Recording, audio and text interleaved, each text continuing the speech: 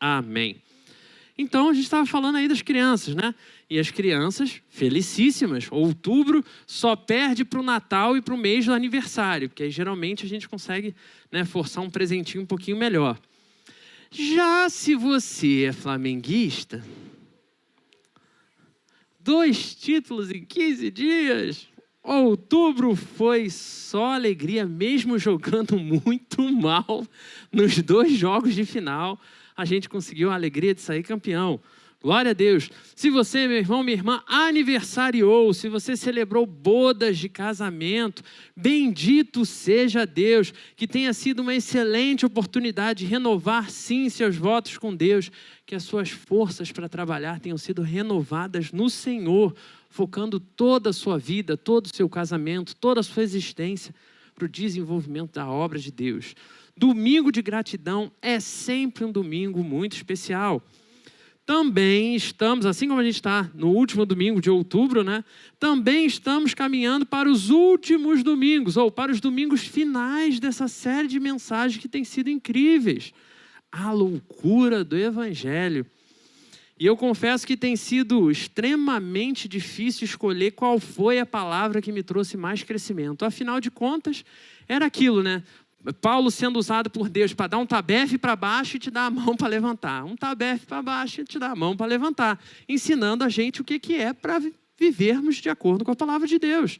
É confronto e crescimento, sempre acontecendo ao mesmo tempo. E hoje, meu irmão, minha irmã, já te aviso que não vai ser diferente, já que a gente vai estudar a mesma carta do mesmo apóstolo. Convido você a abrir a sua Bíblia, primeira carta de Paulo aos Coríntios, capítulo 12. Eu vou fazer a leitura do versículo 1 ao 31. E para aqueles que são mais ansiosos, eu já te deixo aqui a informação que essa mensagem tem parte 1 e parte 2. Então não precisa ficar ansioso. A gente vai falar sobre esse texto hoje e a gente vai continuar nesse texto na semana que vem.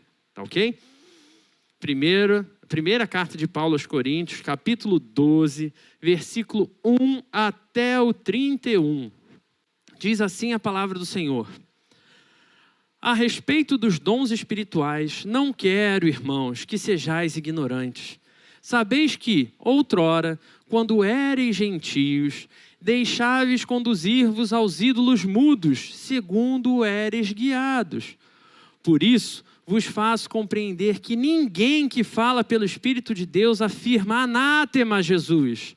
Por outro lado, ninguém pode dizer Senhor Jesus, senão pelo Espírito Santo. Ora, os dons são diversos, mas o Espírito é o mesmo. E também há diversidade nos serviços, mas o Senhor é o mesmo. E há diversidade nas realizações, mas o mesmo Deus é quem opera tudo em todos. A manifestação do Espírito é concedida a cada um visando a um fim proveitoso, porque a um é dada, mediante o Espírito, a palavra da sabedoria, e a outro, segundo o mesmo Espírito, a palavra do conhecimento. A outro, no mesmo Espírito, a fé. E a outro, no mesmo Espírito, dons de curar. A outro, operações de milagres. A outro, profecia. A outro, discernimento de espíritos. A um, variedade de línguas. E a outro, capacidade para interpretá-las. Mas um só e o mesmo Espírito realiza todas essas coisas, distribuindo-as como lhe apraz a cada um individualmente. Porque, assim como o corpo é um e tem muitos membros, e todos os membros, sendo muitos, constituem um só corpo, assim também com respeito a Cristo. Pois em um só Espírito todos nós fomos batizados em um corpo, quer judeus, quer gregos, quer escravos, quer livres. E a todos nós foi dado beber de um só Espírito. Porque também o corpo não é um só membro, mas muitos. Se disser o pé, porque não sou mão, não sou do corpo, nem por isso deixa de ser do corpo. Se o ouvido disser, porque não sou olho, não sou do corpo, nem por isso deixa de ser. Se todo o corpo fosse olho, onde estaria o ouvido? Se todo fosse ouvido, onde o olfato? mas Deus dispôs os membros, colocando-os cada um deles no corpo como lhe aprouve. Se todos, porém, fossem um só membro, onde estaria o corpo? O certo é que há muitos membros, mas um só corpo. Não podem os olhos dizer à mão, não precisamos de ti, nem ainda a cabeça aos pés, não preciso de vós. Pelo contrário, os membros do corpo, que parecem ser mais fracos, são necessários. E os que nos parecem menos dignos no corpo, a estes damos muito maior honra. Também os que em nós não são decorosos, revestimos de especial honra. Mas os nossos membros nobres não têm necessidade disso. Contudo, Deus coordenou o corpo, concedendo muito mais honra àquilo que menos tinha, para que não haja divisão no corpo. Pelo contrário, cooperem os membros com igual cuidado em favor uns dos outros, de maneira que, se um membro sofre, todos sofrem com ele, e se um deles é honrado, com ele todos se regozijam. Ora, vós sois corpo de Cristo e individualmente membros desse corpo. A uns estabeleceu Deus na igreja, primeiramente, apóstolos. Em segundo lugar, profetas. Em terceiro lugar, mestres. Depois, operadores de milagres. Depois, dons de curar. Socorros, governos, variedades de línguas. Porventura são todos apóstolos? Ou todos profetas? São todos mestres ou operadores de milagres? Têm todos dons de curar? Falam todos em outras línguas? Interpretam-nas todos? Entretanto, procurai com zelo os melhores dons, e eu passo a mostrar-vos ainda um caminho sobremodo excelente. Louvado seja Deus. Que texto! Deu para ver que tem todo tipo de dom. Todo tipo de coisa extraordinária e maravilhosa feita por Deus. Estamos diante de um dos textos, mais preciosos da Escritura no quesito vida comunitária de igreja. Esse texto tem como principal intuito sanar diversas dúvidas e inseguranças da vida cotidiana da igreja lá dos nossos irmãos de Corinto.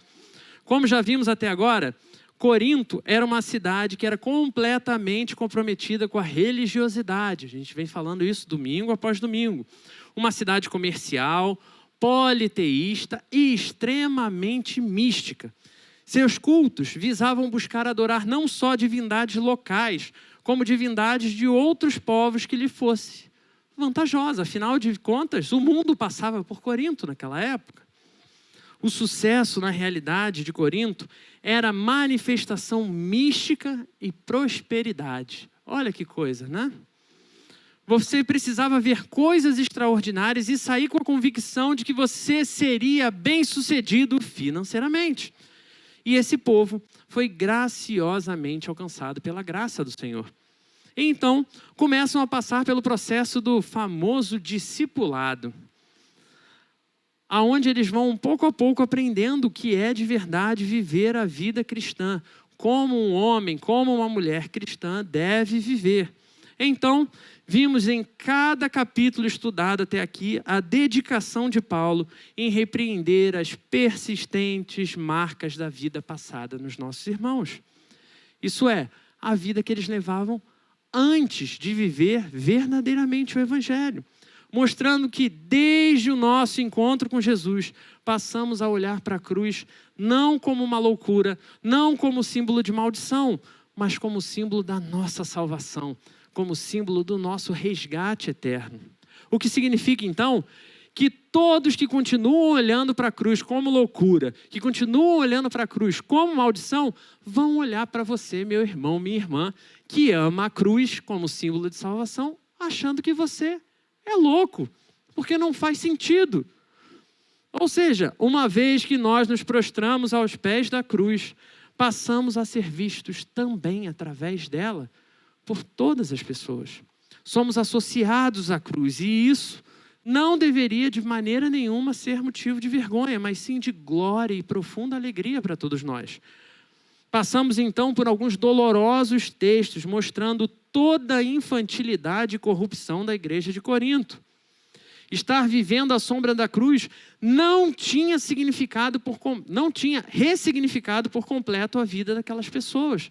Eles tinham a salvação, eles conheciam Jesus, mas eles não tinham abandonado as velhas práticas.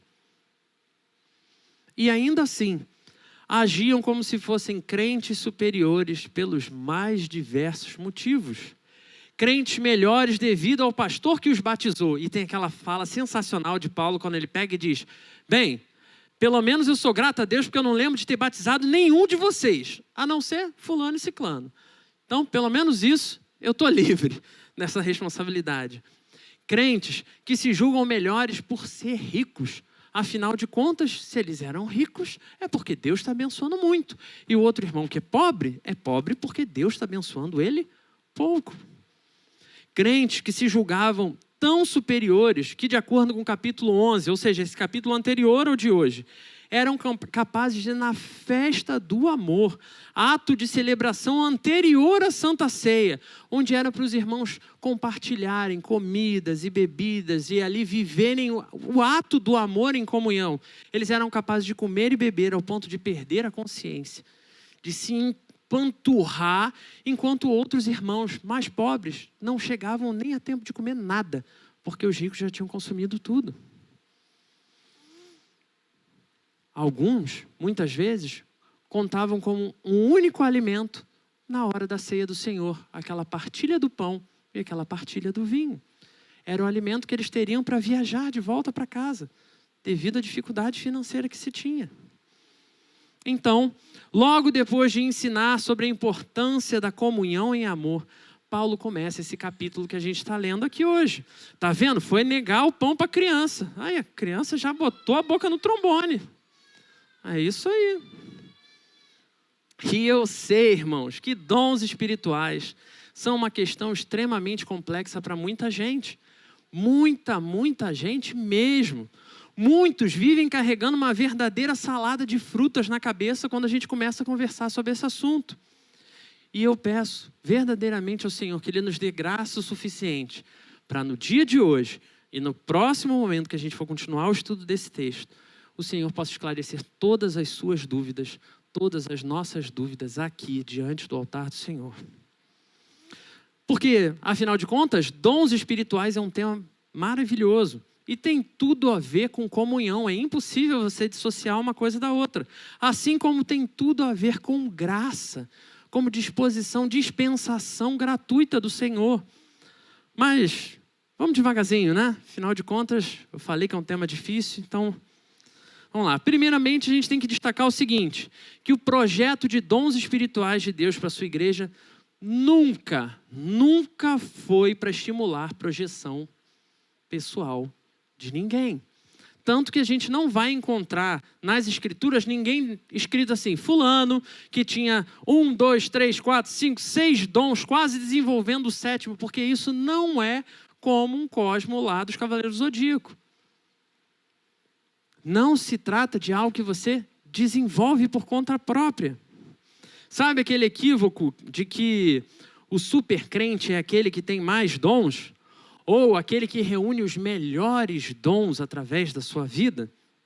Então, jamais o interesse do Senhor seria o engrandecimento de uma figura humana através de dons espirituais. E isso você pode ter certeza, meu irmão, minha irmã.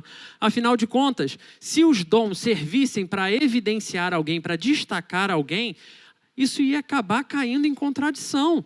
Porque a gente ia acabar vivendo uma idolatria de alguém por algo que Deus tinha dado para aquela pessoa.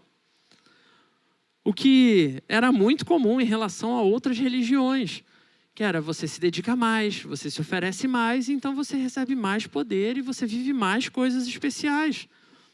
Mas dons espirituais também não foram dados por Deus à sua igreja para servir de métrica para qualquer tipo de grau de espiritualidade. Esse não foi o projeto, esse não foi o propósito. Não foi o intento de Deus em conceder dons espirituais para a sua igreja. Paulo nos apresenta que os dons foram dados de maneira livre e espontânea por Deus. Gratuito, grátis. Tipo o número de WhatsApp que a nossa igreja disponibiliza para orar por você, orar com você. E Ele faz isso para as pessoas que Ele quis dar. E isso se chama graça. E é o que a gente vê recheado em todas as cartas de Paulo. Não tem relação com a pessoa, não tem relação com o potencial, mas com a graça de Deus visando o cuidado da igreja. Porque o dom também não é dado para a pessoa desfrutar daquilo sozinha. O dom é dado para a pessoa viver aquilo e usar aquilo para a edificação da igreja. Paulo então faz distinção da vida que nossos irmãos tinham antes de Jesus e a vida que eles precisam ter agora que eles vivem com Jesus. Versículo 2, sabeis que outrora, quando vocês ainda eram aqueles miseráveis, lá, gentios, separados, sem vergonha, cheios de pecado, cheios de escravidão, vocês se deixavam conduzir por ídolos mudos. Vocês eram guiados por esses ídolos. Antes vocês viviam como escravos, dominados. Antes vocês amavam tantos os seus deuses, que as suas próprias casas tinham se tornado templos de adoração a eles. As suas vidas eram dedicadas a esses ídolos. Vocês se calavam para ouvir o que eles pudessem oferecer, seja qual fosse a palavra que o ídolo apresentasse, por mais absurdo que fosse o discurso que o ídolo trouxesse. Você se calava para ouvir. E o pastor Hernandes Dias Lopes faz um comentário interessante sobre isso, dizendo que os ídolos não só são esses seres mudos, cegos e imóveis, o que já seria ruim o suficiente, né? Já seria algo bem sem sentido a gente adorar algo desse tipo. Mas a partir das ações de poderes espirituais das trevas, através de ação demoníaca mesmo, a gente vê esses ídolos aprisionando as suas vítimas, fazendo com que elas se tornem também homens e mulheres igualmente mudos, cegos e imóveis para questões espirituais da vida. Isso quer dizer, meu irmão, minha irmã, que ídolos mudos levam seus servos a se calarem diante de atrocidades praticadas pelos seus ídolos, pelos seus deuses. E veem as coisas mais terríveis e, em vez de refletir, justificam. Ídolos cegos que levam seus servos à completa cegueira espiritual. Mas não só isso, que já é terrível.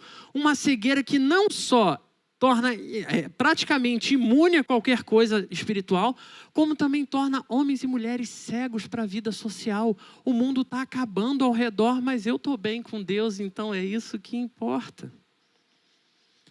Ídolos imóveis que levam seus servos a transferir toda e qualquer responsabilidade para outras pessoas, para outros poderes. Afinal de contas, não foi culpa minha. Eu não fiz por querer. E essa era a realidade da igreja de Corinto. Uma igreja que, devido à vastidão de dons, acreditava que era espiritual e madura. Afinal de contas, com tanto dom, irmão, com Paulo falando aqui, foi um tempão falando de dom disso, dom daquilo, dom de não sei o quê, dom de não sei o quê. E como que essa igreja não pode ser uma igreja incrível?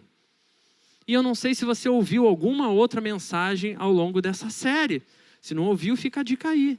Em praticamente 100% das pregações feitas sobre essas duas cartas de Paulo a Coríntios, diversas vezes vimos a preocupação de Paulo com a imaturidade dos cristãos daquela igreja. Coisa que Paulo vai atrelar à falta de oportunidade de viver e aprender a viver em uma igreja saudável. Que foi algo que a gente já falou tanto aqui. E se os dons são graça, se os dons não têm a ver com merecimento, apesar da igreja de Corinto estar recheada de dons, ela definitivamente não era um exemplo de espiritualidade saudável. Ou seja, nós podemos encontrar igrejas do Senhor cheias de dons, mas que não têm uma vida espiritual saudável, que não funcionam como igrejas saudáveis. Mesmo com tantos dons, Corinto era uma igreja sem consistência de vida, sem consistência de relacionamentos internos. Seus dons não pareciam ser usados para a edificação da igreja. Então, de que serviam esses dons? O propósito principal do Senhor para os dons espirituais é edificação da igreja. Alguns estudiosos vão defender que muito provavelmente isso acontecia ali em Corinto devido às suas raízes. Afinal de contas, a igreja de Corinto tinha se transformado na típica igreja evangélica brasileira. Uma igreja que quer ver coisas extraordinárias, mas não quer se esforçar ao mínimo. Uma igreja que ama o sobrenatural, mas continuamente, domingo após domingo, semana após semana, continua muda, cega e imóvel para o agir de Deus nos meios naturais. Uma igreja apática, que não faz diferença nenhuma no lugar onde ela se encontra. Uma igreja com manifestações culticas incríveis, mas que deixa os seus membros morrendo de fome. Por quê? Simplesmente não se importam. Uma igreja que jejua, uma igreja que ora, uma igreja que adora, única e exclusivamente para agradar o Deus instalado no seu próprio ventre. Eu jejuo para eu conseguir aquele namorado que eu quero, aquele emprego que eu quero, aquela vitória que eu quero. Mas cadê a minha edificação? Cadê o meu crescimento? Cadê a comunhão com os meus irmãos? Nada disso importa, afinal de contas. Eu só quero manter o meu ídolo muito bem alimentado. Zero comunhão, zero cuidado com o próximo, zero transformação da sua realidade local. Muitos vão dizer que Corinto é, dentre todas as igrejas acompanhadas por Paulo, todas as que a gente tem carta hoje, a mais difícil de aplicar o evangelho à realidade de vida. Ela é, sem dúvida, a que mais deu dor de cabeça para Paulo, porque a gente já falou, foi a que mais recebeu cartas, então isso deve significar alguma coisa. De maneira que até mesmo os dons espirituais dados graciosamente por Deus para a edificação da igreja passaram a ser manipulados como critério de vida espiritual, para parecer que um era melhor do que o outro. Isso é idolatria, irmãos. É idolatria, embora vivida dentro da igreja. Por isso, nesse texto, Paulo nos transmite algumas mensagens preciosas acerca dos dons espirituais, e a primeira delas é: dons são graça de Deus para a edificação da igreja. Dons são graça de Deus para a edificação da igreja. E se é graça, não tem a ver com o que você faz, e a gente falou disso. Segunda questão levantada por Paulo: não existe igreja sem homens e mulheres dotados de dons espirituais. Se você já foi em algum lugar, igreja do Senhor, que não foi dotada de dons espirituais, tem alguma coisa muito errada, porque a palavra de Deus diz que assim que somos regenerados, transformados, nós recebemos esses dons do Santo Espírito para edificação do corpo. Terceiro, não existe igreja de Cristo especializada em um único dom. Do tipo, igreja da cura, igreja do louvor, igreja das línguas de fogo. Esquece isso. Ou você encontra algo desse tipo nas Escrituras? Pode ficar tranquilo que você não encontra. Quarto, assim como não existe pessoa que possua todos os dons. Afinal de contas, dom não é igual Pokémon que você sai por aí coletando. Não é algo que a gente sai acumulando na nossa vida. Dom é algo que Deus dá e Ele mantém enquanto Ele quiser, do jeito que Ele quiser. Se Ele quiser dar 2 para um, Ele dá. Se Ele quiser dar meio para o outro, Ele dá também. Mas toda igreja tem dons e ninguém centraliza todos os dons. Por isso, Paulo vai resgatar a mesma imagem que ele utiliza em várias cartas das igrejas, mostrando que a igreja é o corpo de Cristo. Da mesma maneira que não existe um corpo feito só de olho, não existe igreja composta por especialistas de um só dom. Igreja com a visão da espada justiceira que vê além do alcance. Então, precisamos atentar para uma questão espiritual que traz muito mais confusão às pessoas. A questão do dom de línguas. Rapaz. Achou que a gente ia passar batido por isso, né? Igreja tradicional falando de dom de línguas. Será que eu entrei numa igreja neopentecostal? Prepara o seu coração para ouvir, então. Nesse trecho, Paulo nos exorta que temos 3 tipos de pessoas na igreja de Corinto. Isso está claro aqui no texto, eu vou te convidar a acompanhar comigo. Primeiro, nós temos os que ele chama de ignorantes. Quem são os ignorantes? Cuidado que pode ser você. Não sai categorizando os outros aí, não. Ignorantes. Citados logo de cara no versículo 1. O grupo dos ignorantes é aquele grupo dos crentes que simplesmente não se posiciona em relação a dons espirituais. Fala-se de vitória, fala-se de cura, fala-se de profecia, mas sem abordar nada de dom espiritual. São aqueles que não sabem nada a respeito de dons, porque eles sabem que é difícil explicar. E por isso, eles não estão nem um pouco preocupados em abordar, nem estudar, nem entender algo sobre isso. Eles não estão preocupados em entender o que significam os dons espirituais. Assim, eles não entram em debate e nem vão se indispor com ninguém. Ninguém sai ofendido. Esses são os que politicamente está todo mundo incomodado, os famosos isentões da fé. Aqueles que não falam mal nem bem dos dons. Você acha que existe? Você acha que cessou? Continua? É de Deus, né? Negócio diferente. Todo esse capítulo inteiro tem o intuito de ensinar, advertir e motivar esses ignorantes de que é possível sair dessa posição. Paulo está chamando, rogando os irmãos, deixa de ignorar algo que é precioso, é importante na vida da igreja. Então vamos entender o que o Espírito faz dentro da igreja. Deixa de ser ignorante.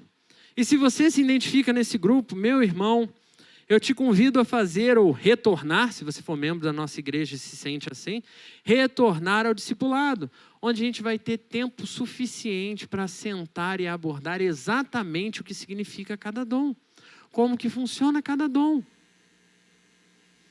para que você realmente possa se aprofundar nisso, possa buscar em outros livros, buscar nas Escrituras Sagradas mais a fundo. Não se contente apenas com a mensagem dessa noite, porque o que eu vou apresentar e o que eu tenho apresentado até aqui continuará sendo muito pouco para um servo ou uma serva que pretende viver em fidelidade ao Senhor. A gente precisa sempre de mais. Pois Paulo, conduzido pelo Santo Espírito, estava sacudindo Corinto, dizendo, pelo amor de Deus, gente, vai estudar. Então saiba, meu irmão, minha irmã, que a sua responsabilidade é a mesma de Corinto. Vai estudar. O que é dom espiritual? Para que isso serve? Como que funciona? O que comem? Onde vivem? O segundo grupo é o grupo, e isso aqui eu achei incrível quando o Hernandes deu esse nome para eles, né? Porque eu já fiz parte desse grupo há muito tempo. O segundo grupo é o grupo dos medrosos. Esse grupo eu confesso que, além da ajuda do nosso irmão, eu tive que entender toda a estrutura da carta de Coríntios para poder entender realmente que existem pessoas na igreja que elas amam o Senhor. E elas não questionam se o Senhor age ou não de maneira extraordinária. Mas como é difícil, como elas não querem se comprometer, não cair no erro de pecar, então é melhor não falar a respeito. Seriam homens e mulheres que amam Jesus, mas têm medo dessa coisa de mistério. Vai que pega em mim, né? Tipo lá o batismo no ônibus cheio, né? Vai que o negócio dá choque mesmo. São aqueles irmãos que, em seu medo de cair em infidelidade a Jesus Cristo, têm medo de se dobrar aos excessos, têm medo de ir para um lado demais e acreditar que tudo é dom e está o tempo todo e tudo é espiritual e nada mais é minha responsabilidade, é só de Deus, ou cair para o outro lado de que nada é de Deus e tudo sou eu e não acontece mais uma intervenção direta, Deus não trabalha no meu coração. Então tratam dons como tudo na vida ou dons como nada na vida, como algo desnecessário. E então acabam se comportando de maneira muito parecida com os ignorantes acerca dos dons, porque continuam vivendo sem se relacionar. É aquela posição, se eu posso errar, é melhor nem tentar, né? Porque vai que eu erro. Mas como é que você acerta se você não tenta? E isso, queridos, também é um erro. Por medo de pecar contra o Senhor, acabam negligenciando a poderosa ação do Espírito Santo dentro da igreja. E isso não pode acontecer. E se você se percebe nesse grupo, meu irmão, minha irmã, o desafio para você é o mesmo. Não se acomode nesse lugar, vamos estudar. Eu me disponho, Jackson se dispõe, a gente arruma a brecha na agenda aí para a gente sentar junto e estudar esse negócio. A gente precisa deixar de fundamentar a nossa fé em videozinho do Instagram, em coisas sem referência. A pessoa diz que está na Bíblia e você, O irmão ali falou um negócio poderoso aqui que está na Bíblia. Vamos nos aprofundar no que as Escrituras Sagradas dizem. Vamos buscar entender o que Deus tem para a vida da igreja em relação aos dons espirituais. Ou seja, vem para o discipulado você também. Vem. E como terceiro tipo de pessoas, temos aqueles que acreditam nos dons espirituais. Nenhum, aleluia? Pelo menos amém, tá certo. Acreditam nos dons espirituais. Melhorou. Aqueles que vivem e se relacionam com os dons, que por mais que pareça o melhor dentre os três grupos, era o grupo ao qual Paulo mais bate nesse capítulo. Então, se eu te induzir um amém, prepara o lombo que vem coisa aí pra gente. Porque são pessoas, irmãos, que foram experimentadas na vida com Deus. Pessoas que se sentiram cuidadas, transformadas, que já sentiram no próprio coração o agir do Espírito Santo. Mas que no melhor exemplo de tudo que falamos quanto a Corinto, acabaram se ensoberbecendo. Pessoas que se tornaram arrogantes na fé.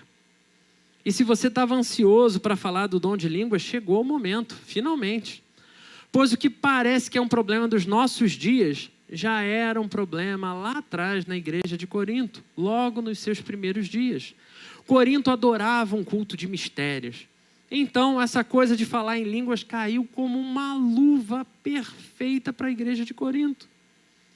Versículo 3, Paulo diz o seguinte: por isso vos faço compreender que ninguém que fala pelo Espírito de Deus afirma anátema a Jesus. Ele está dizendo que ninguém que tenha realmente sido regenerado pelo Senhor vai dizer que Jesus é maldito. Por que ele diz isso? Porque na igreja de Corinto tinham pessoas que falavam em língua dizendo coisas desse tipo. Na igreja de Corinto tinha pessoas que falavam em línguas insinuando coisas antibíblicas, ante a verdade do Evangelho. Pessoas que queriam ganhar mais poder dentro da igreja. E ele continua. Por outro lado, ninguém pode dizer Senhor Jesus senão pelo Espírito Santo. E aqui de novo eu uso uma expressão do pastor Hernandes Dias Lopes, quando ele pega e diz que é inacreditável como tem crente hoje no século 21 que acha que quando tem uma possessão demoníaca se resolve dizendo, fala que o Senhor Jesus, fala Senhor Jesus. Aí o diabo falou Senhor Jesus, pronto, está resolvido. Porque até o diabo sabe quem é o Senhor Jesus e sabe que ele é Senhor e vai tratá-lo como Senhor. Então o que o texto está falando aqui não é que quem está possuído não fala Senhor Jesus. O que ele está dizendo aqui é que existem homens e mulheres que falam as coisas, mas quando você vai olhar para as obras, vê que não tem nada a ver com crente. São pessoas que vivem uma coisa no meio da igreja e do lado de fora, qualquer um olha e vê que não fala, não prega, não ensina, não vive o Evangelho de Jesus. Muito obrigado, louvado seja Deus pela sua vida.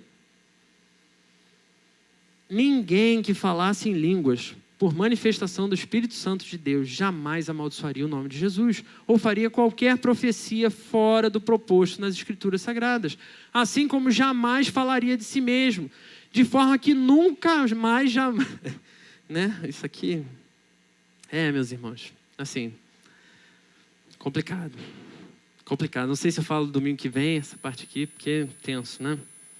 Aí, ó, isso é um sinal de Deus para falar domingo que vem, eu acho que é isso? Quantas profecias supostamente proferidas pelo Espírito Santo, feitas pela palavra do Senhor, já deixaram de se concretizar? Você sabe quantas? Estou contando que você já leu a Bíblia. Então, você já ouviu falar de alguma profecia do Senhor que não se cumpriu? Pela Bíblia, 0.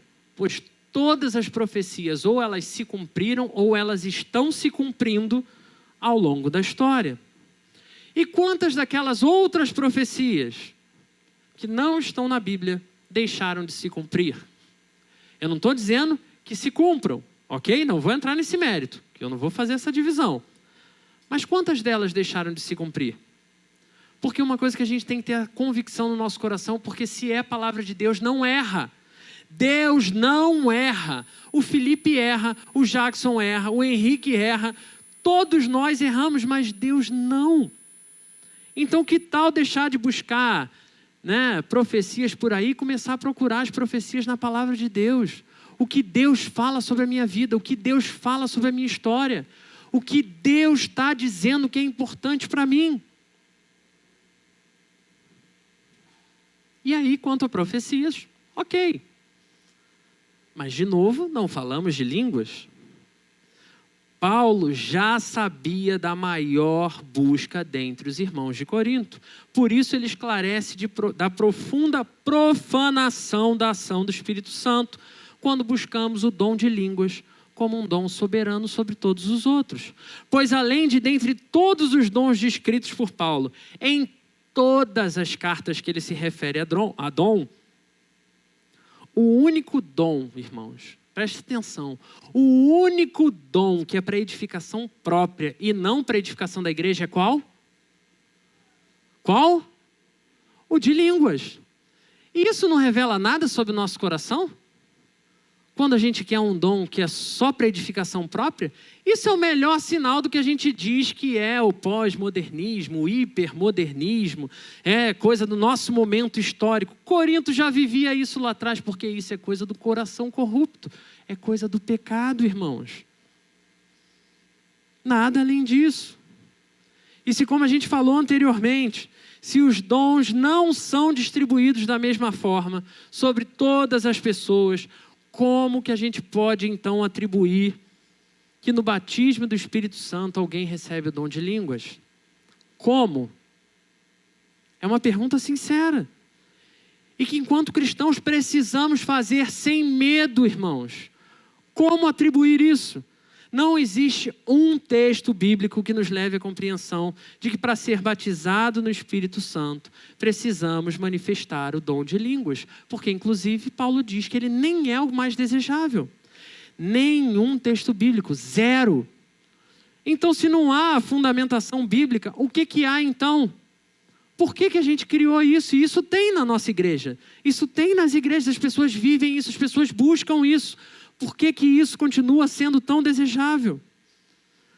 Porque não só a gente continua vivendo um evangelho egocêntrico, centralizado no meu desejo pessoal, como a gente quer viver com um determinado padrão de crente. Todo mundo tem que, na Igreja das Águas, tem que ser todo mundo estilo Jackson. O pessoal já falou que aqui é a igreja que tem mais botafoguense na face da terra. Ou seja, temos 12. Porque a gente vive, irmãos, desejando criar métricas, desejando criar parâmetros de espiritualidade. E nenhuma dessas coisas nunca serviu e nunca vai servir para isso. Da mesma forma que acontecia na igreja de Corinto. Por isso o apelo de Paulo. E por isso, se você observar a exposição final dos dons, o dom de línguas vem sempre em último lugar nessa carta. Olha aí, todas as vezes que ele descreve os dons, qual é o último que aparece? Não é por acaso não, irmãos.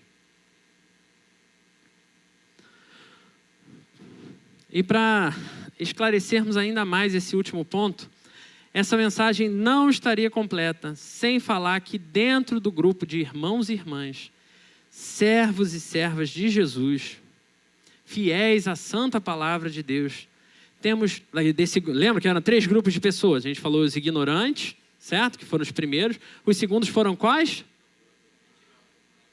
Não, medrosos, cara. Medrosos, calma. Mente, assim, se mente aí já é outra coisa, entendeu? Já é um outro pecado agregado aí. Mas são os medrosos. E esse terceiro é o pessoal que já viveu alguma coisa com os dons, certo? Então a gente falou do pessoal, que vive muito numa ponta, vive muito na outra, mas existe um grupo aí dentro de pessoas que estão servindo e vivendo a Deus, experimentando os dons.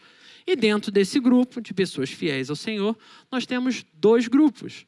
Um grupo chamado cessacionista e um outro grupo chamado continuista. Os continuistas são aqueles que advogam que os dons permanecem acontecendo, os dons continuam, por isso continuistas, da mesma forma como eles aconteciam lá nos dias apostólicos.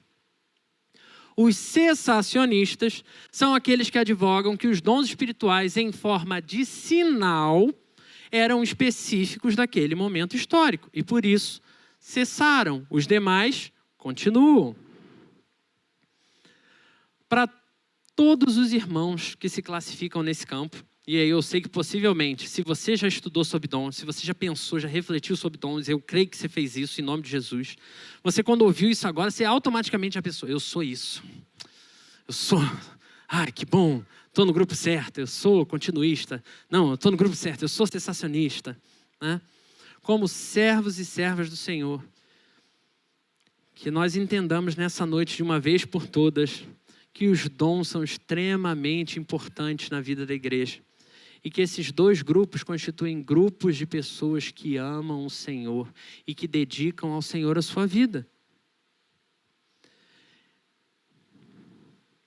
E que são pessoas, irmãos, como eu, como Jackson, Henrique, como cada um de nós, temos o mesmo desafio de todos os outros grupos.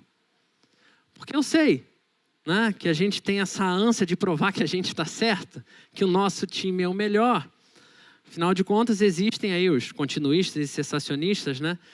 Mas ambos continuam abordando os dons em perfeita adoração ao Senhor.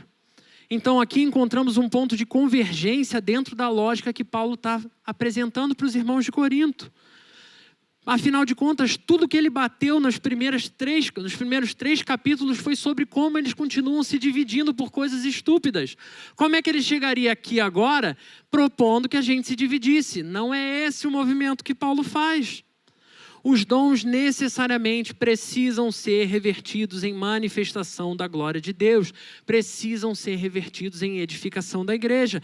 A presença dos dons não caracteriza uma igreja saudável, como vimos em Corinto, mas a percepção de que é preciso entender mais, de que é preciso buscar mais, isso sim, meu irmão, minha irmã, caracteriza uma igreja saudável. Porque o desafio de uma igreja saudável é não se acomodar, é continuar caminhando, continuar buscando aprender mais. Hoje de manhã, ouvimos sobre o fato de sermos os famosos vasos de barro. Vasos falhos, frágeis, de baixíssimo valor agregado naquele período, mas vasos que carregam o tesouro mais precioso que existe. Vasos que carregam a palavra salvadora do Evangelho. Os dons espirituais, irmãos, nos apresentam sim o agir do Santo Espírito de Deus, mas se isso não refletir na glorificação de Jesus Cristo, são dons que não estão valendo de nada, que continuam conduzindo pessoas a uma vida de idolatria.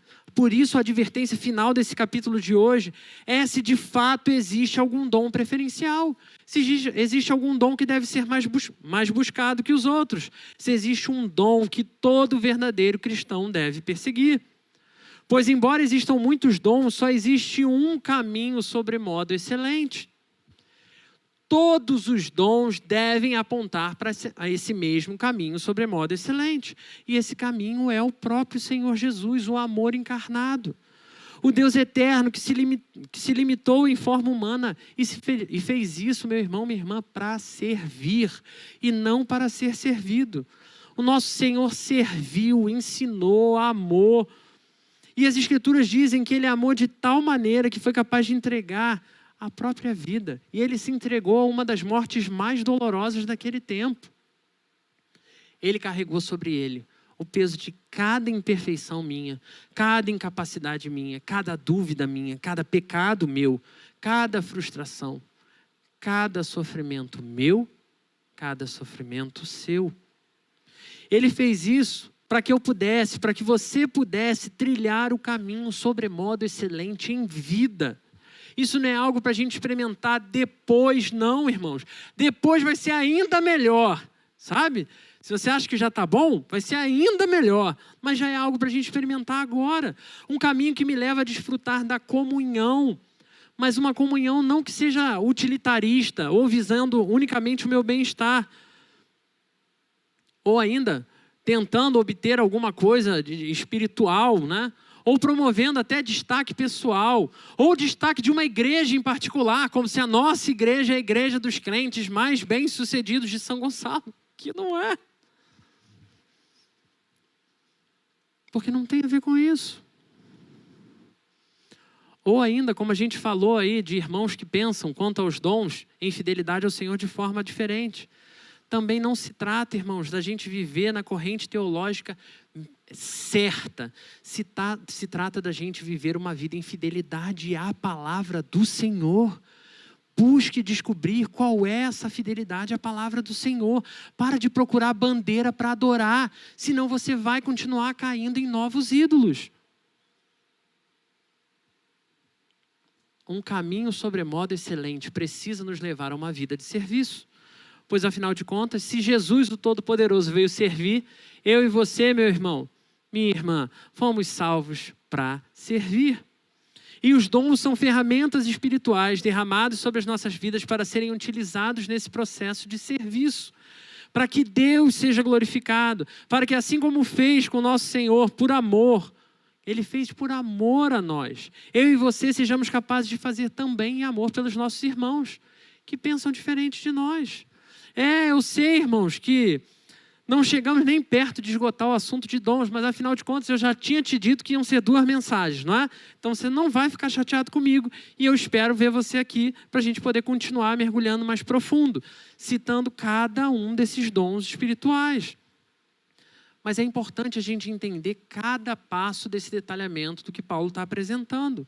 Então, meu irmão, minha irmã, em nome de Jesus, não fuja do compromisso de estudar a palavra. Não se contente com o que é ensinado, nem aqui, nem em qualquer outro lugar. Busque respostas na palavra. Não fuja de estudar sobre dons espirituais. Não tenha medo de estudar as manifestações extraordinárias de Deus. Deus é um Deus que faz cada coisa louca de vez em quando. Afinal de contas, nós somos aqueles chamados de loucos. Não se contente com o conhecimento que você tem até hoje sobre dons espirituais. Porque Paulo é esse cara que chega no momento final e ele diz que ele continua prosseguindo para o alvo. Então não pare nessa caminhada. Eu te convido a continuar nessa vida de aprofundamento, não só de busca do Senhor, mas de converter essa busca em serviço. Vida onde você fatalmente será surpreendido por dons. Dons que Deus vai ministrar a você para abençoar a igreja. Dons que Ele vai ministrar a outras pessoas para cuidar de você. Dons que têm conduzido tantos dos nossos irmãos a se comprometer a todo mês estar servindo a Deus lá no Impacto. E se você tem interesse de fazer isso, procura a Evelyn lá depois. Dá um tchauzinho aí, Evelyn. Pois existe muito a ser feito pelo reino de Deus. Existe mais para você fazer no reino de Deus. Então, ao olhar para dons, meu irmão, minha irmã, se você acha que não recebeu nenhum, hoje nós vamos orar, vamos clamar ao Senhor para que Ele abra os seus olhos, para que você enxergue com clareza o dom que Ele te deu e que você use com toda a alegria do seu coração o dom que Ele deu para você. Não se preocupe com o dom do outro. O dom do outro, Ele vai usar através do outro. Convido você a fechar os seus olhos. Vamos falar com Deus. Deus, nós temos estudado há tantos domingos, Senhor, a loucura que é viver como um servo teu, como uma serva tua. Senhor, olhar para toda essa questão de dons nos leva a tantas críticas, tantas questões de sectarismo, Senhor, porque o nosso coração se apega muito mais a essa necessidade de estarmos certos do que a necessidade de servir ao Senhor. Então, Deus, tem misericórdia de nós. Senhor, assim como o Senhor falou conosco nessa noite, nós te pedimos que o Senhor remova toda e qualquer escama dos nossos olhos. A tua palavra não mente, Senhor. E o Senhor ministrou sobre as nossas vidas. Nós sabemos de quem nós fomos chamados, Senhor. Nós somos teus, homens e mulheres que pertencem ao Senhor.